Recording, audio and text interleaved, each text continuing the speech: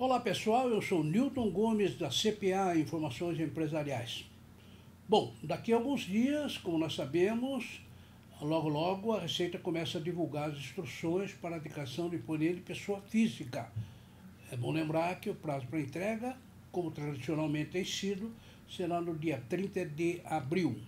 Bem, a gente vai começar a conversar sobre essa história da pessoa física de 2019 e a pessoa escalada para fazer essas abordagens é a Júlia, que está aqui ao meu lado. Oi pessoal, hoje o tema é declaração de imposto de renda da pessoa física 2019, né? Como meu avô falou, já a Receita começa a divulgar as novas coisas sobre a declaração e hoje a gente vai falar um pouco sobre os documentos necessários para elaborar a declaração. Muito bem, sempre é bom lembrar que no ponto de vista de agenda aí, o prazo para entregar a declaração deverá ser dia 30 de abril, aliás é uma segunda-feira, né? A Receita Federal costuma disponibilizar o programa, que é ótimo diga-se de passagem, no dia 1º de março. E juntamente com esse programa sai aquele perguntão, aquele perguntas e respostas, quase 1000 perguntas e respostas, esclarecendo tudo no sentido, né? Então, é isso. Agora, então, a nossa intenção, enquanto esse programa não sai, etc., é ir conversando um pouco sobre isso, né? Agora, se você for uma pessoa bem organizada, eu não sou, né? Mas pode ser que você seja. Certamente será tudo preparado, já vem juntando tudo numa pastinha, põe numa gavetinha, tal, né? A maioria das pessoas deixa espalhado para tudo quanto é lado. Agora, se você, fazendo parte aí desse pessoal que deixa para a última hora, eu acho que está chegando a hora, né? Agora, no início de fevereiro, por exemplo, ou agora, já no final de janeiro, vamos iniciar o processo de reunir os documentados no momento necessário. Vejam que essa questão de documentação é meio complicada, porque às vezes você compra um carro no mês de junho e não sabe onde está a nota fiscal. Você vende um terreno no mês de outubro e não sabe onde está o contrato, né? Ou se não, nas despesas, né? Paguei um médico em fevereiro de 2018. Onde é que está mesmo aquele recibo, né? Então, tudo isso. Então, na realidade, se você tiver uma lista meio preparada, estamos começando, né? Uma lista meio inicial dos documentos que são necessários aí, a Júlia começa a expor aí, conversar sobre isso. Primeiramente na lista temos os rendimentos. Os rendimentos é tudo que o contribuinte recebe, ou seja, o salário, e é importante lembrar que dependendo do informe do banco, você tem que declarar também o saldo em conta corrente, a poupança, os fundos, a aplicação no ano 2018, e é isso. Exatamente, tem muitas pessoas também que são autônomos, né? Não são Isso. empregados. E aí, dentista, médico, advogado, engenheiro, aí recebem rendimento de pessoas físicas, etc. Então, tem aquela história do carnê-leão, etc. Tem que se preparar para isso. Então, tem que juntar todos os documentos relativos a rendimentos recebidos. Recebidos quando? De 1º de janeiro de 2018 até 31 de dezembro de 2018. Tudo que aconteceu nesse período, certamente, em relação a isso, vai ter que ser informado na declaração. E o que mais, Júlia? Bens e direitos. Bom, ou seja, você comprou um carro, você vendeu uma moto, isso você tem que declarar no seu imposto de renda, tem que ter tudo certinho lá no documento. Exatamente. Tem gente que compra terreno, outro que compra e vende casa, né? Tem pessoas, por exemplo, que recebem herança. De repente tem uma tia lá que ele nem sabia que existia a tia, e a tia deixa um terrenão para ele lá. Eu estou procurando essa tia até agora e não consegui encontrar nenhuma. Você tem alguma tia desse tipo? Não tem, não, né? Então, mas também vai ter que declarar, né? Tá, recebeu uma doação, recebeu uma herança, essas coisas todas entre bens e direitos, ou se não vendeu, né? Estou falando de recebeu, mas você pode doar, né? É muito comum, pais doam para o filho carro, né? Doam um apartamento, essas coisas. Então vai ter que declarar também, né? Muito bem. Mas não tem, a parte boa é ótimo, né? Recebeu direito, tá, beleza. Mas tem a parte ruim, né? Que para comprar vai se endividar, tem ônus, etc, né? Então, o que, que tem que declarar também, Julia? Também tem que declarar as dívidas e ônus, ou seja, você pegou um empréstimo do banco, está devendo para o banco, você tem que declarar isso também na sua declaração de imposto de renda. Ou comprou um carro e vai ter que pagar prazo, ou Isso comprou aí. uma moto a prazo. Ou tem um amigo seu, você está precisando de dinheiro, chega para o amigo e fala, ô Rodrigão, estou precisando de 5 mil, é possível? Aí tal, tal, ele empresta, eu vou ter que declarar, não é isso? Agora, o pessoal gosta muito de fazer dívida com sogra, porque normalmente se empresta o dinheiro da sogra e nunca mais paga, né? Isso é a coisa. Mas então essas dívidas de ontem têm que ser declaradas. E o que mais, Júlia? Renda variável, ou seja, se você fez uma aplicação na bolsa de valores, algo assim. Exatamente. A renda variável, só para esclarecer, você tem a renda fixa, né? Por exemplo, você aplica na poupança. Lá é pouco, mas tem um rendimento que é fixo. Você aplica no CDB, RDB, esses títulos, que a renda é fixa, já está estabelecido. Agora, quando você aplica em renda variável, por exemplo, na Bolsa, você pode comprar ação da Petrobras hoje e não sabe quanto vai ganhar amanhã, se é que vai perder. Entendeu? Então é renda variável. Esses títulos que já têm juros, etc., é renda fixa, né? Que você tem que declarar também. Mas também tem a renda variável que tem que ser declarada. Muito bem, e o que mais, Juliana? As informações gerais, ou seja, nome, CPF, dados bancários. Sim, já tem que se preparar com tudo isso daí, né? Veja, um problema muito comum que acontece é o seguinte, no ano passado, você apresentou a declaração e falou que morava na rua Isaac Pacheco, 139. Agora você mudou para a rua Arthur Gomes. Nessa declaração, você vai colocar Isaac Pacheco? Não mais, não está mais lá. Aí você vai colocar o Arthur Gomes. É muito comum, por exemplo, o cara morava em Sorocaba. Aí, de repente, ele resolveu ir morar na Bahia, o que seria ótimo, né? O carnaval, imagina, na Bahia, é uma delícia. Então, ele foi morar para em Salvador, ou a empresa transferiu ele para Salvador. Ora, então, ele vai ter que mudar o endereço, verificar sempre essas coisas, né? Então, essas informações, tem gente que muda de profissão, né?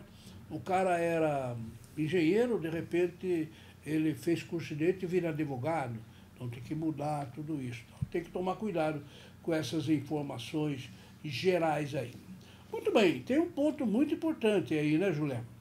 Isso, os pagamentos e doações efetuados. Por exemplo, você for no médico, no dentista, igual meu avô falou, você tem que ter a nota fiscal, né, para você poder declarar que você fez.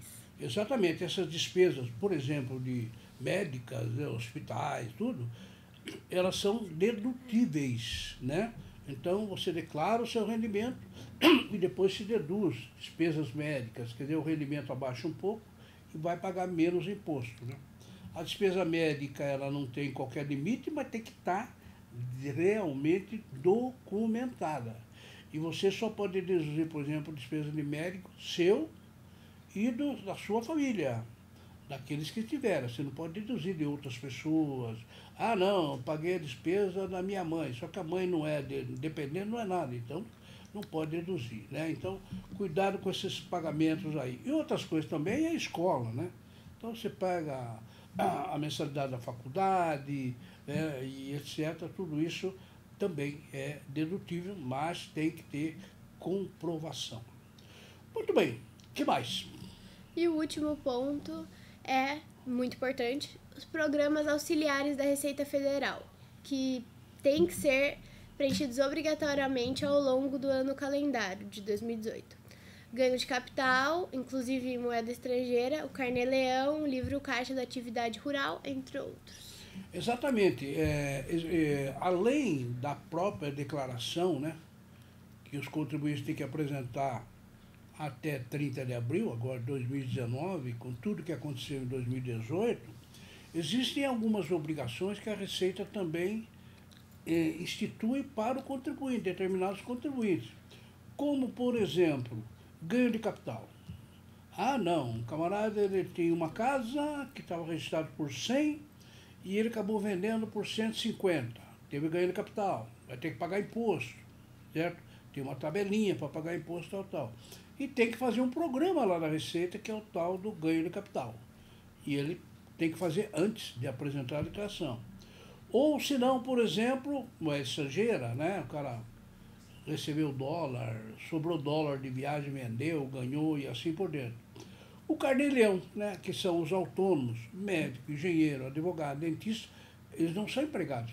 Eles têm lá um escritório, dão consultoria, fazem trabalho.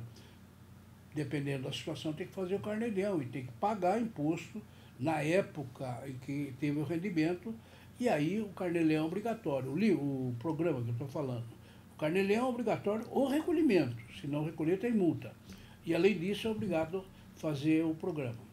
Bom, tem o livro caixa da atividade rural, né? Então, não, o cidadão planta soja, planta tomate, ele cria gado, tal, tal. Ele é da área rural, né? Se a receita dele, pessoa física, no ano passado, foi superior a R$ 56.000, ele tem que fazer um livro caixa. Livro caixa da atividade rural. A Receita disponibiliza um programa, um livro caixa de atividade rural muito bom, excelente. Então o contribuinte tem que fazer isso. Fazendo uma observação que quando se trata da declaração conjunta, por exemplo, marido, filho, etc., também tem que ter todos os documentos, né, e os recibos relativos a eles. Gente, o contribuinte pessoa física do imposto de renda no Brasil tem determinadas condições que obriga ele a apresentar, né? No ano passado foram 28 milhões de brasileiros. Veja, nós temos 200 milhões de população. 28 milhões foram obrigados a apresentar uma declaração, né? Agora, ele apresenta a dele, mas em algumas hipóteses ele pode apresentar a dele junto com a esposa, pode apresentar junto com filhos, é a chamada declaração conjunta. Na declaração conjunta, o marido, digamos, apresenta a declaração dele. E a esposa também declara, só que em conjunto com ele, né? Isso que chama a declaração em conjunto. Ora, quando se vai fazer uma declaração, tem que ser dado de tudo, dado da esposa. Ou ao contrário, né? A esposa vai apresentar a declaração dele e vai colocar os rendimentos do marido. Mesma coisa, tem que ter os dados dele, os rendimentos dele, etc. Tal, né? E além disso também, os dependentes, os filhos, né? Enfim, aquelas pessoas que podem entrar na declaração do contribuinte como dependentes, né? E aí você vai precisar de todos os deles, todos os CPF, endereço, rendimento, bens, bem que vendeu, bem que comprou dos dependentes e tudo que vai constar da sua declaração, porque é uma declaração em conjunto. Agora, é claro, a declaração em conjunto é uma opção. Se eles quiserem fazer separadamente, não há problema nenhum. Daí cada um faz a sua e tudo bem, né? Mas é importante lembrar que esses dados são absolutamente necessários na declaração em conjunto para aparecer na declaração do declarante. Isso aí, pessoal. Essa foi uma lista geral, né, dos documentos que são necessários. Ainda tem muito mais, a gente vai detalhar muito mais pra frente, né? E queria lembrar vocês do nosso blog, que é reformatributária.netcpa.com.br, o site da CPA, netcpa.com.br. Siga a gente nas nossas redes sociais, @netcpa. Se inscreve no nosso canal. Não esquece de curtir esse vídeo, ativar as notificações e muito obrigada. Eu gostaria de tratar nessa história da pessoa física, vale para jurídica também, um assunto muito importante que está falando aí na imprensa de tudo, que é o tal COAF.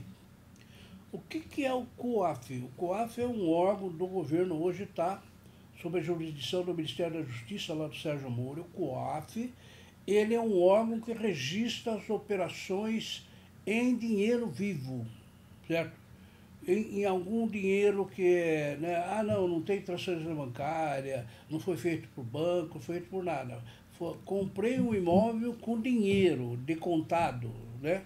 Essas operações têm que ser denunciadas, dependendo do valor, em princípio R$ 100.000, tem que ser denunciadas ao COAF. E o COAF, como órgão fiscalizador, oferece essa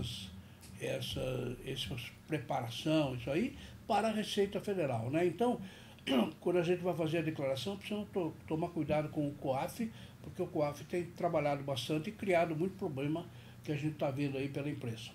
Muito bem, espero vocês no próximo vídeo para continuar, a Júlia, né, continuar falando aí do imposto de renda da pessoa física. Muito obrigado pela atenção e até a próxima.